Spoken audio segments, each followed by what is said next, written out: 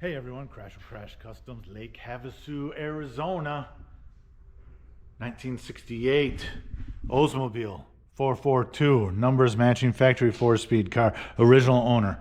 Lots of previous videos on this. I am going to start the bodywork stage now. It took a lot of work to get this ready to actually start bodyworking. A lot of metal work. Check out those previous videos and we'll get after this.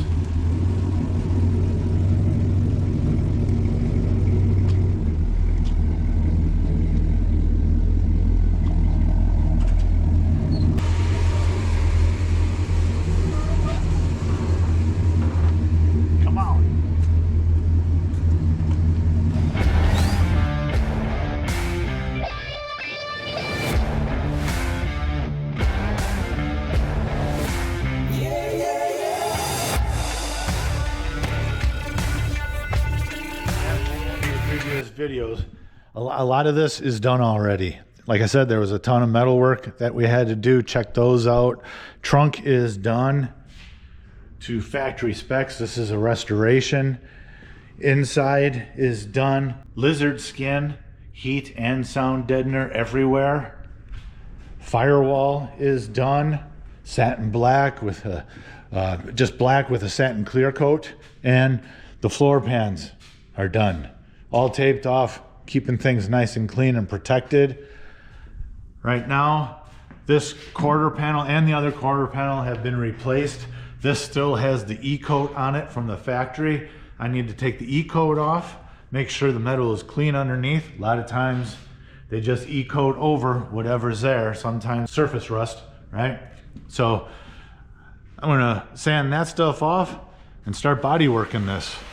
The new quarter won't need much, but where we welded it on, we'll need a little bit of filler.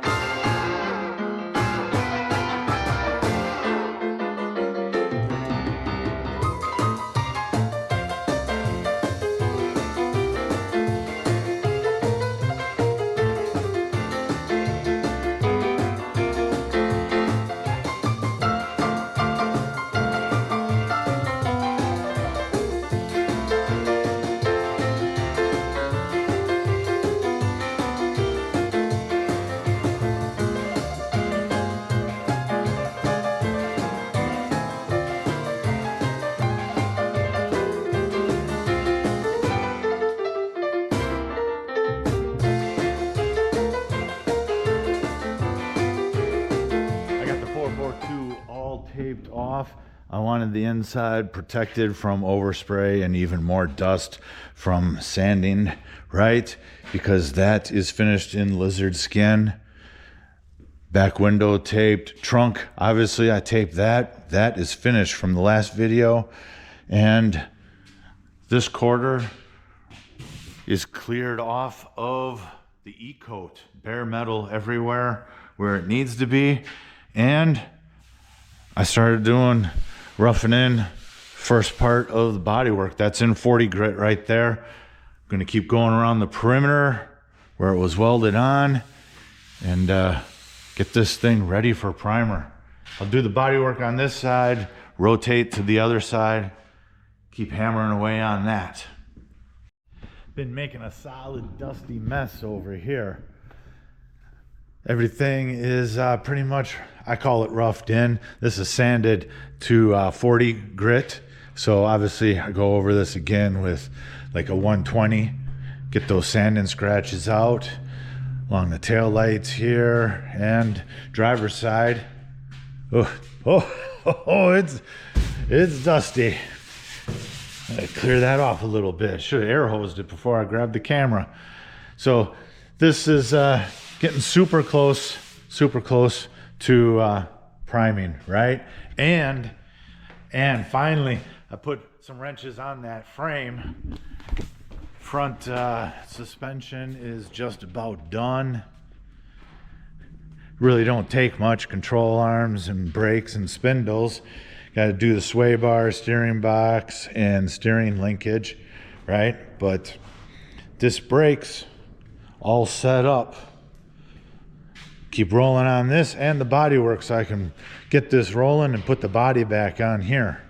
I am so close to putting primer on this. Let me show you where things are at. Everything is body worked, really ready to go. There's a filler on here. Sanded that, finished that to 80, and then dolphin glazed the whole thing. That's in 120.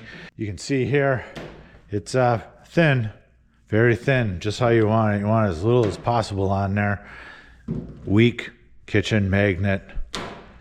That's how I test things, really. The last thing that I have to do on here is it might be hard to see, but this all these edges are really crisp and pointy, right? I know that's the current way of body work in cars, but that's not how they looked from the factory. All these edges, they're stamped, right? So they're rolled, like this area here. There is no sharp, crisp line, right? So I just got to roll these edges, make it look stock and not, thick. Like a lot of those really nice show cars are. Sculpted, right? Let me show you what I used. The product, the filler, and the dolphin glaze. This is the filler I use, Evercoat Z Grip. And I top it off with dolphin glaze, U-pole, right there. And sandpaper. I'm pretty solid with 3M when it comes to sandpaper. Every now and then my girl tries to sneak in some off-brand paper, and it doesn't make me happy. It doesn't last. 3M, I think, lasts quite a while. You can really lean into it, So I'm going to cut those edges down a little bit, roll them, clean this up, make sure my tape job is still solid. I know on the trunk, I got to tune that up in the corners. You can see there, right? I don't want primer on the inside, just on the outside.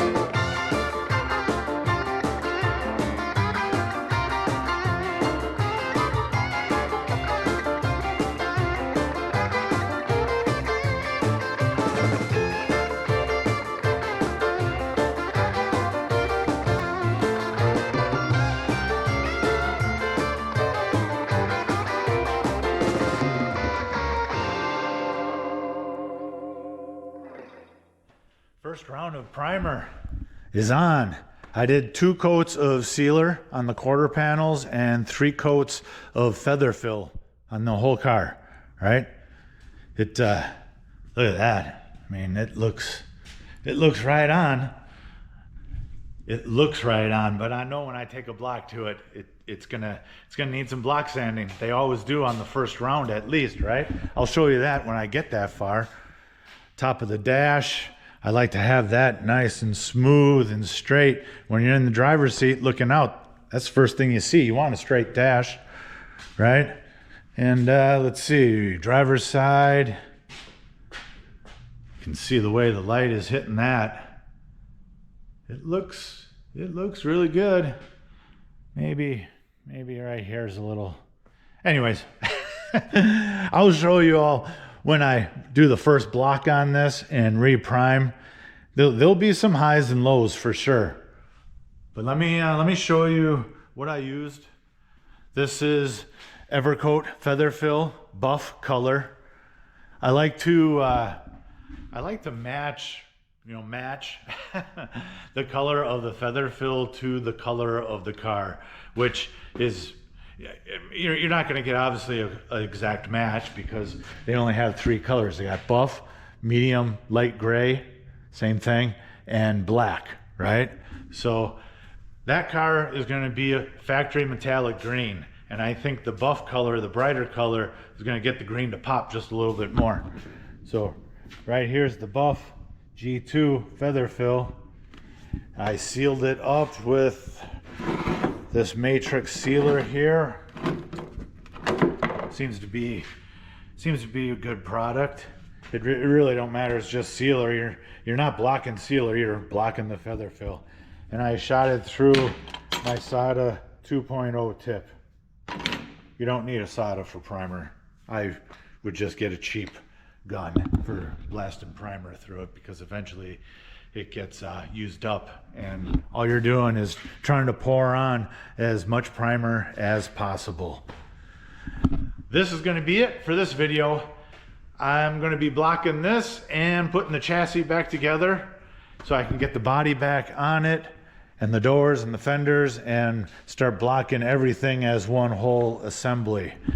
Please like, comment, and subscribe, and I'll keep giving you weekly content as always. I do appreciate it. Thanks.